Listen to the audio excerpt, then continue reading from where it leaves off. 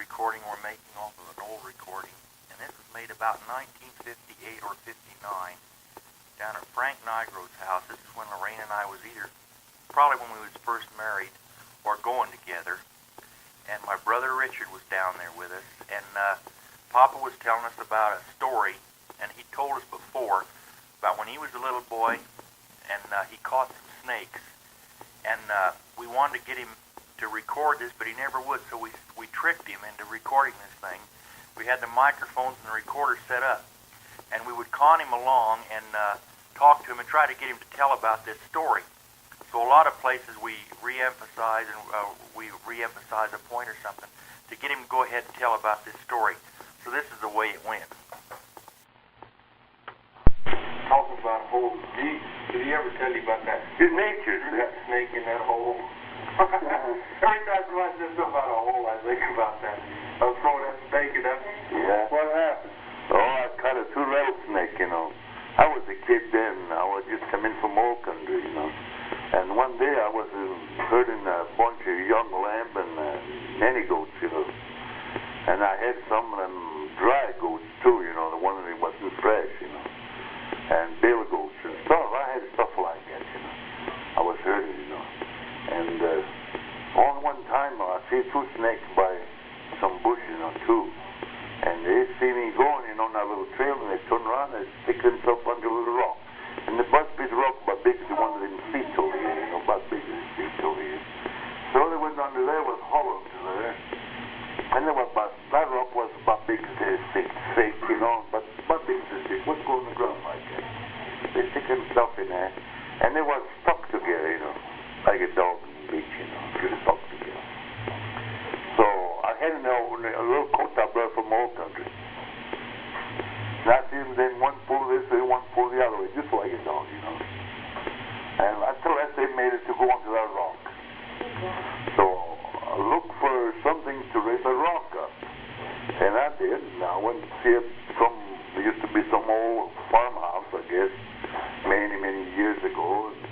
And I see some post, you know, by where it's been farmhouse. Some kind of a, you know, garden or something. But there wasn't no garden there, you know. It was old brush and grass, you know. But there still was some old posts, you know, here and there. But you could see somebody make corral or something like that. So I picked one of them posts. I was a little kid, you know, and I just push till I pull it out, you know. And I pull it out and I went over there and I stick him under the rock. And I put him my weight and I raised the rock up. I could see a snake, see? You know, like you see, put the post under here and raise it up. It was old, you know, big enough to stick my post, you know. But that's a rock I put. But it wasn't enough to hold, raise up this big rock like that. So when I see it, it was there, so I put the rock down again. And I went and I got a piece of oak brush, you know, a dry piece of oak brush. I break that up and I pull the arm, you know, from my little coat. I had one of the corduroy coats, you know, red, kind of gold color, you know. So I break it off and I put him in the stick, you know. So I went and I raised it up and I stood in one end like this and I go over that piece of coat, you know, like that and go back and forth till its neck was tired biting, you know. They wouldn't bite no more. They'd go under. Every time I leave them alone, you know, and pretty soon they get ready to bite, I go put that piece of rag and bang. Then they go to strike and they go pull back. They go like this, you know. They wouldn't bite no more. They put their head. And then they turn loose themselves. One tried to get away, you know. So I went with a brush, you know, like a little branch, like a little stick, and I tried to hit them like that, and I make them go onto there again, onto that rock. They wouldn't bite no more. They were tired biting.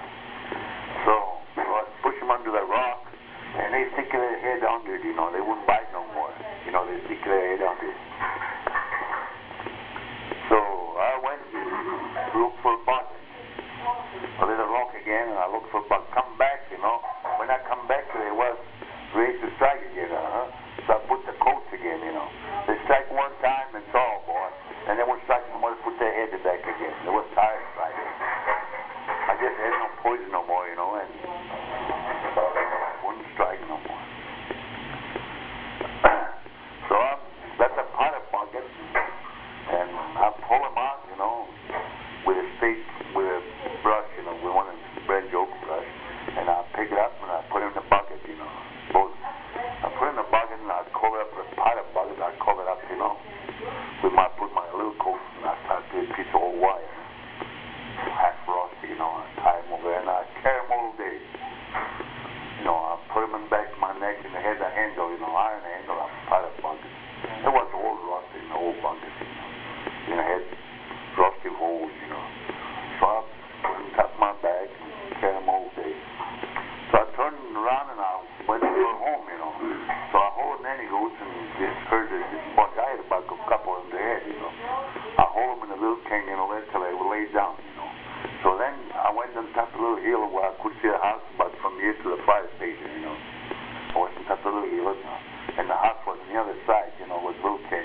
creek where the water was run.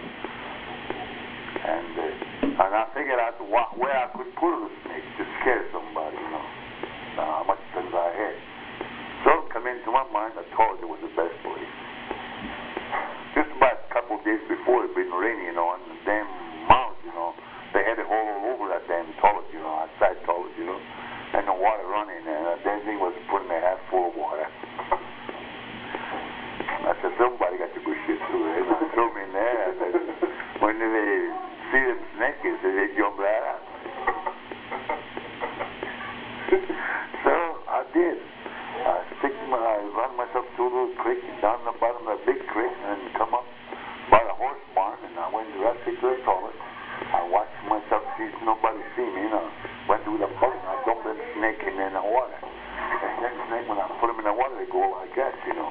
And they was but still but not much, you know, to come up to the top, you know, from the water level, you know, to the top like that. Still was empty. They started in the dirt, and they tried to start in the dirt, and pretty soon they go so high, they come back again, you know, in the water. The first one to go, well, then I took off, you know, threw the bucket away. I took off and I went on top of a little hill where I could watch, see who was going first.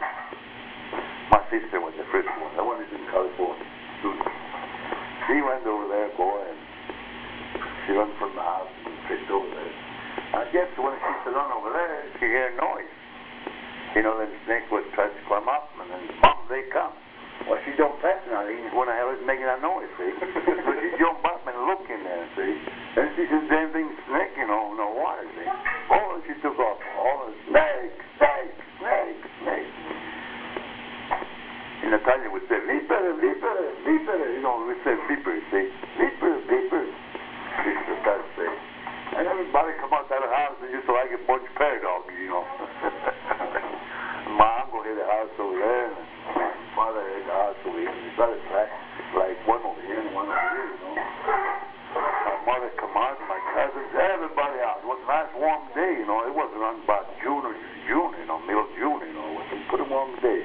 Everybody was inside, you know, taking the life easy, you know. And when they heard that girl, all of the snakes, she was about 16 years old. And started holding snake, everybody come outside. So they went to look for the snake. They said, where's the snake? Inside, inside. They go inside the door, look on top, look on the side. My father, my uncle. The lady stays out, you know, a little ways off. They couldn't see. Some way or another, my father said, by golly, John, he says, to my uncle, you know. It was second cousin, his wife was first cousin to my mother. This is uncle. So, why got it out inside? He says, how the hell they got in there? And then they must have been catching rats or mouse or something. He said, they fall in the water. There they are too, by God. He says, let me get the shotgun on, let me shoot it, he said. He says, how the hell are we going to get him out of there? Let me shoot him in there. So he went and got together, beautiful, one in English, double barrel shotgun. Just beautiful. So much fancy work on the handle, on the barrel, you know, just a fancy gun, you know. Engraved. For sure. Engraved, yeah. Beautiful double barrel shotgun. I don't know when the hell he got it, but he had that damn thing shine. Worse than Bill all the time, polish a damn gun. He never go hunting, you know, with a damn gun. So I loaded him, you know, with a couple buckshots, I guess. I don't know what that. Maybe it was buckshots. Uh-oh.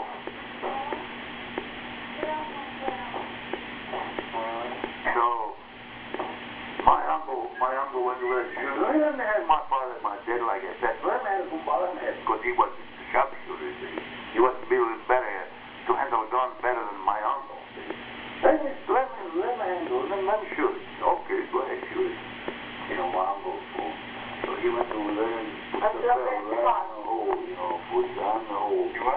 That's pretty barrel, you know, stick it right in the hole, right on top of the snake. When the snake come up, boom, boom, both two shots on the one after another. And me laughing up there, my father come out and bought all that stuff, you know.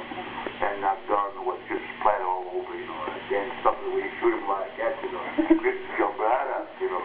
Just like a dynamite, you know. In the outdoor toilet? Huh? In the outdoor toilet? No, right in the hole, you know, in the water, see? eh? Yeah, but Scientology. Not Scientology, you know.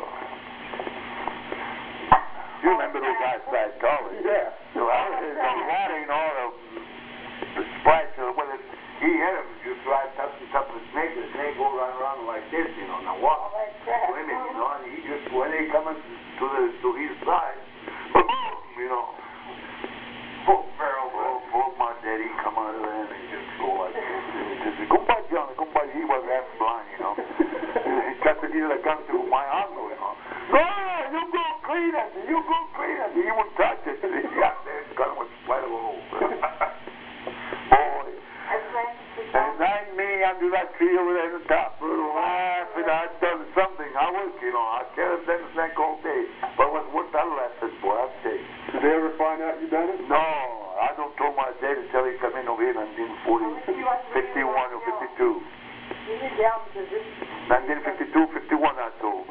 That happened in 1915. Yeah, 1915 or 14. 1915 I think that. Because, no, I think 1914 because we got over there in April. I think it was the same year. I was just 11-years old. Yeah. A real nice shotgun, huh? Okay. My father, I could see my father go like this. First I called my wife, my mother, you know, to call for dinner. To get something. Go clean it, go on that clean, go clean yourself. He was pleasant, boy, crazy. Did they kill the snake? I don't know, I guess he did. You know, snake is like a fish. If you shot in the water, come crush him and kill him.